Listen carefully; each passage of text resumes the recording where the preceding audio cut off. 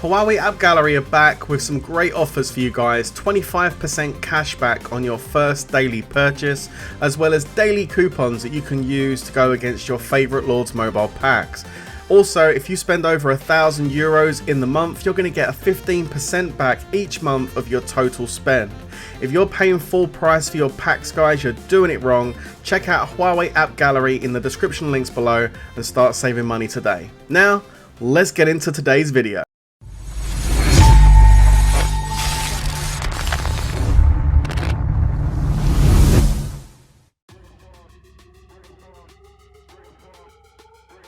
What's going on, guys? It's your boy Worthy Prince coming at ya with another Lords mobile video, and today, guys, it's update day. And not only is it update day, it's an update we've been waiting for quite some time. That's right, guys, the 3D map update has finally arrived.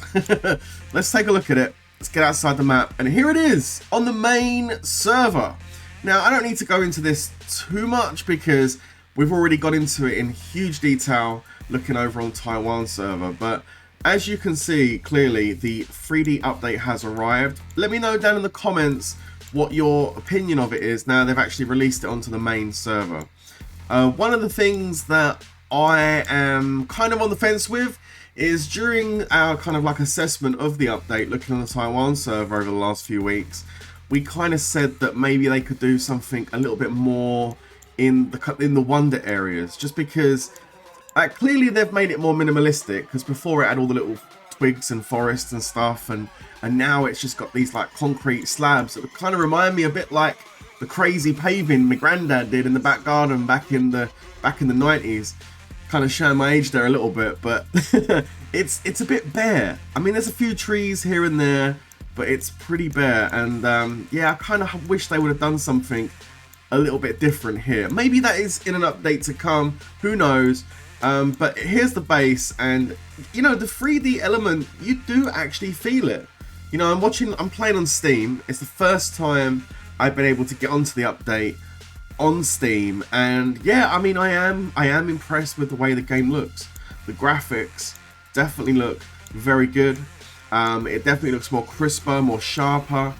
I like it. Now look, if you find this a bit too like, whoa, you know, your eyes are a bit like just can't adjust, and even I take a little bit of time to adjust to this, to be honest, there is some settings you can change. Okay, so if we go down to settings and click over here, you can see as you go down there's kingdom map graphics settings. All right, now you've got 3D view, balanced, and 2D view. Now when you click on these, and I'll do it right now, you're not immediately going to notice a big difference.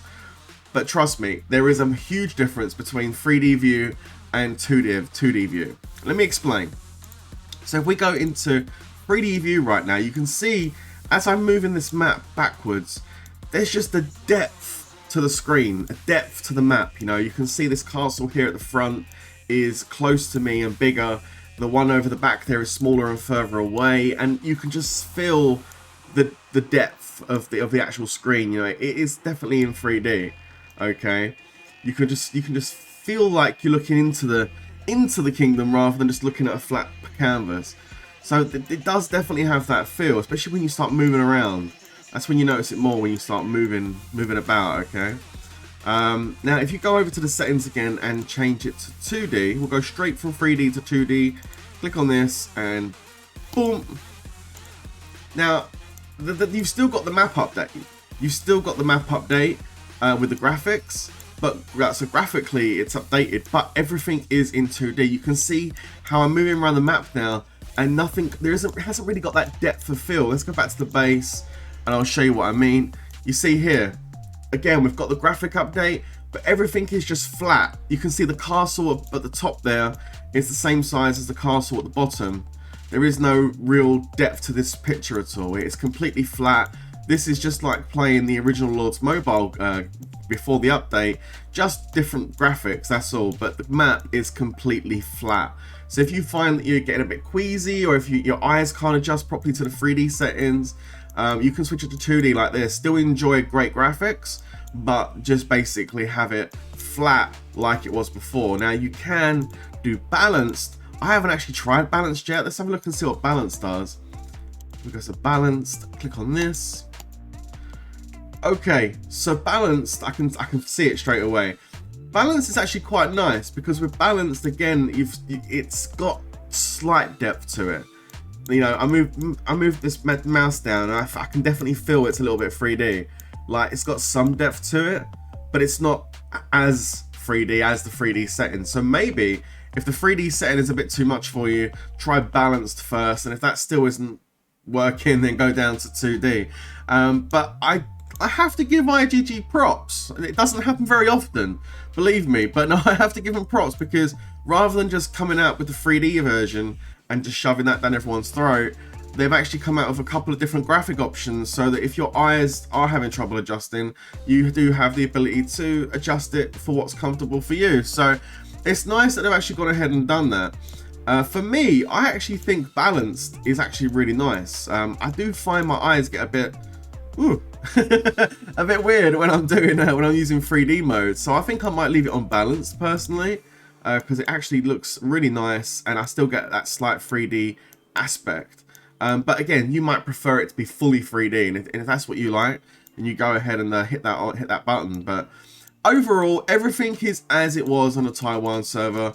I don't believe you can go across the water. You still walk across water, right? Yeah, no, so I still think that's the thing. Like, they haven't put no boats in, but I mean, hopefully in the future they'll consider it. But you know, the mountains are all here, etc. You've got you know, these mountains you can't port on, you have to port around them. So there's actually features on the map now that actually mean something. And if we try and find some water, let's go have a look. You know, I kind of want to go and try it just for science. Should we go try and find some water and see if we can walk across it? Or if they actually put boats in. I don't think they put boats in. They'd probably make a big deal out of it if they put boats in. There's some water. The water does look good. The water looks really good. I mean, I must admit, they've done a really good job with this. Let's have a look, shall we? I'm going to port over here and try this out. Let's find a nice bit of water. Hang on. And let's go here. And of course, we've got that awesome transport. Boom, there it is. We're definitely going to walk. There's no way we are going to be getting in a boat. But I thought I'd try it. And... oh, no, we're walking. So no boats. I don't know if they're going to do that, to be honest. It would be cool because it is, if you're making the game more realistic, it kind of makes sense to have it so they go in a little boat across the water. But I don't know. Maybe that's something they'll look at later on. But there it is. So that's the 3D update part of this update. I mean, you know, it is what we expected. We've been waiting for it for ages, and it's lovely that it's done. Makes the game look a lot more current, more modern, up to date. The graphics look really polished. The 3D mode is really good too. I like this way you can change the settings. Overall, it's a really good update. So good stuff. Nice. Anyway, moving on. As always with IGG, they can't just drop that and be done. No, they have to slip something else in, of course. No pun intended.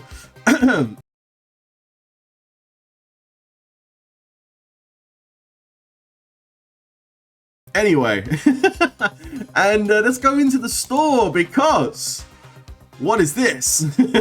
Necro Duke has arrived in Lords Mobile. Okay, so we do have, there's no other new packs from what I could see. It's just this thing here.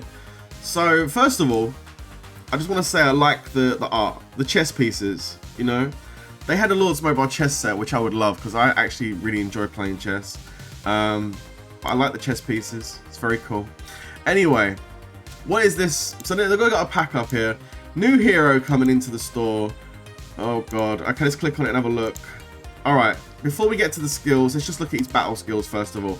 And also the art. His name is Lionel. Like, he's Lionel Richie. He's got the whole moustache. Nah. Nah. Anyway, I like the Duke cape. Very regal. I like that. Very nice. I'm not sure about the blue skin. I don't know, the blue skin's putting me off a little bit. I don't know about the blue skin. I think they just should have made him just look human with pink skin or brown skin or black skin or whatever, but I'm not sure about blue skin. You know, I kind of feel like they put blue skin just to avoid any kind of like issues. Oh, you're siding with this coloured skin or this coloured skin. I think it was just a safe play. When we do blue skin, we can't have nobody come back and say anything. We just do blue. We be neutral, which is fine, I guess too. I guess that works too, right? But anyway, let's just have a look at this. It looks pretty cool as far as hero design. I thought it was a tank when I first saw it, but it's not. It's a magic hero. You wouldn't use him as a tank. But anyway, look at his skills. We've got Departed's Domain. Okay, that's your squad damage one. And then we've got Cavalry Defense Blessing.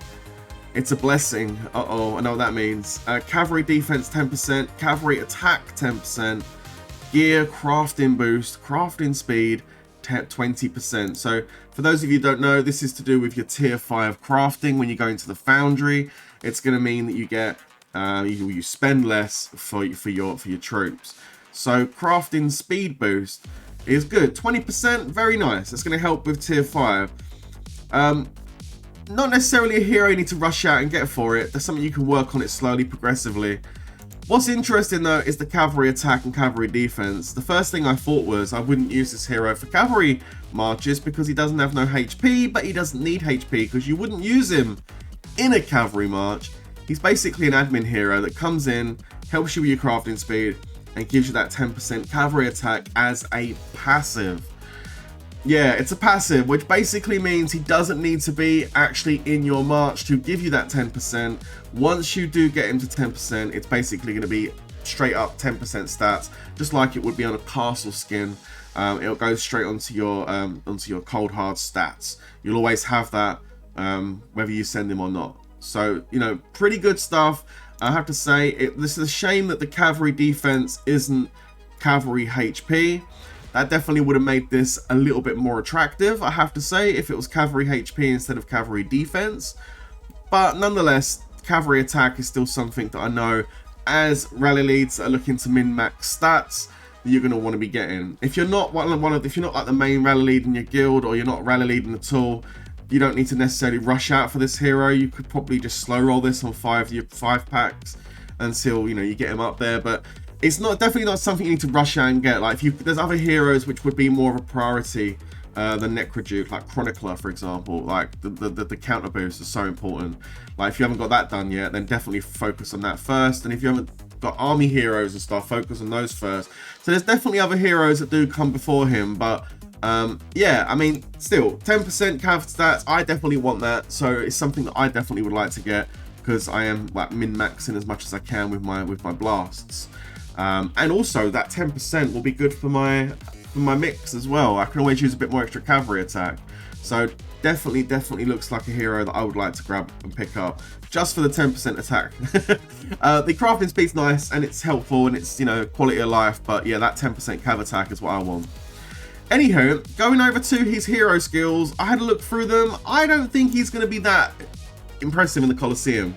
I think he's going to be good. He's got some interesting skills. Let's just go through them really quickly. So we've got Soul Banquet, which is the Necro Duke reveals bloodshed and regains HP and MP at regular intervals during the battle. So during the battle, he regenerates his health and also his proc bar, which means he'll be able to fire off his ultimate maybe a bit quicker than the other heroes.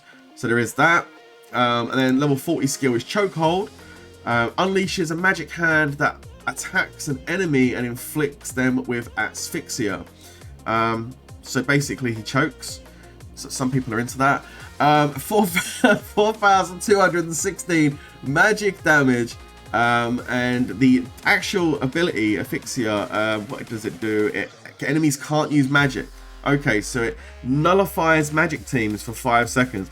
That could be really good. I guess if you put this guy on a physical team and he goes in and basically debuffs and messes around with the magic teams, it could help potentially a physical team going up against the magic team. But then when did physical teams really need help against magic teams? I don't know. I'd struggle to work out where this guy goes. It could be the difference between two magic teams going up against each other. You know, the nullifying maybe. I don't know. But anyway, that's Chokehold. And then we've got Power Ray. Fires a ray of magic, dealing long-range damage to enemies on a line, and endows itself with Avarice for 5 seconds. What is Avarice? Avarice, it says it down the bottom there. Life Leech increases life leech by 180 for himself. So it does damage, and it's also regaining his life. So he's a bit of a selfish hero. He's got that first skill that's going to make him like keep boosting his HP. Plus he's got power ray. So it's going to be quite difficult possibly to kill him, if that's what this is saying right here. He's going to have a lot of life regain, so it's going to be really difficult to possibly take him out. Who knows until he gets into the Colosseum, but that's what it's basically saying. And then we get to the final skill, which is the ultimate, of course, Slam Down. This one creates an enormous magic palm which deals magic damage, or deals damage to enemies in a medium area, and it does have a 1 second stun. That's 5,312 magic damage. So yeah, I mean, look, at the end of the day, a stun, it's only for 1 second. It is a medium area though, so that could be really helpful, especially when it comes to cancelling out other heroes' abilities and stuff. So yeah, I mean, look, that's a pretty cool move. I was looking at this guy's health, because I was thinking maybe this could be used as like a magic tank, but I don't know, because I was looking at the HP and it's only 15,510 HP, and what you normally see with a tank is over 30,000 HP. That being said though, with all this life regain, is he going to end up being like 30,000 HP to kill because of all the life regain? I don't know. The only way you're going to know that is by, I guess, getting him and trying him out. Magic attack is a healthy 2,519. It's pretty good. If we compare 2,519 to one of the other good magic heroes like Petite Devil, for example, you can see here 3,195. So I mean, Petite Devil's going to give you a better stun, more attack damage, less HP. I don't know. Maybe it's like a sort of like a Petite Devil which is more stronger, holds out longer. I don't know, but he looks good. Like, he's not terrible for a magic hero. He's definitely not terrible, but I don't think he's like, his skills don't jump out at me as being like amazing. But I definitely think he could be useful against some of the other like cross magic teams. You have like Petite Devil, Witch Doll, Berserker. You know, the kind of team we're talking about. Lore Weaver could be pretty good at nullifying the healers over on the back. You know, this what's that? Was that this chokehold thing comes in? 5 seconds of no magic abilities. I mean, he could like take out the healer, take out Lore Weaver, stop the other team from healing. I mean, it could be good.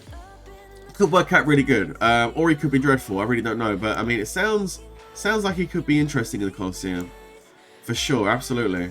And once I get him and try him out in the Colosseum, I'll let you guys know. But yeah, look, it's got some interesting abilities. He's got some interesting abilities. Of course, he does have a backstory. Apparently, he's returned to claim his throne. I'm not going to read all that, but I'm going to scroll it down. So if you guys want to check it out, you can. He still harbors an aggressive determination to claim what he believes is rightfully his. Wow, he's on a revenge mission. Anyway, so look, that's that. All good. There's the new hero. That's all we're going to look at for the time being on him. Let me know down in the comments what you think on the artwork of the new hero, what you think it looks like, if you think it's cool. Would you change anything? Let me know down below. What do you think of his skills? Do you think this guy is going to be really good in the Colosseum? Let me know down below, guys. But that's basically the update. New hero, and also the 3D map. But I'll have the new hero unlocked going forward at some point. And once I do, I will, of course, bring that to you. Show you what he's like monster hunting, show you what he's like in the Colosseum, the usual stuff. We'll have that up and running soon. But anyway, that's going to be the end of this video. Don't forget to subscribe if you're enjoying the content, you want to see more. Smash that subscribe button. Don't forget to hit like, and I will catch you in the next one. But until then, stay safe, everyone. And of course, peace out.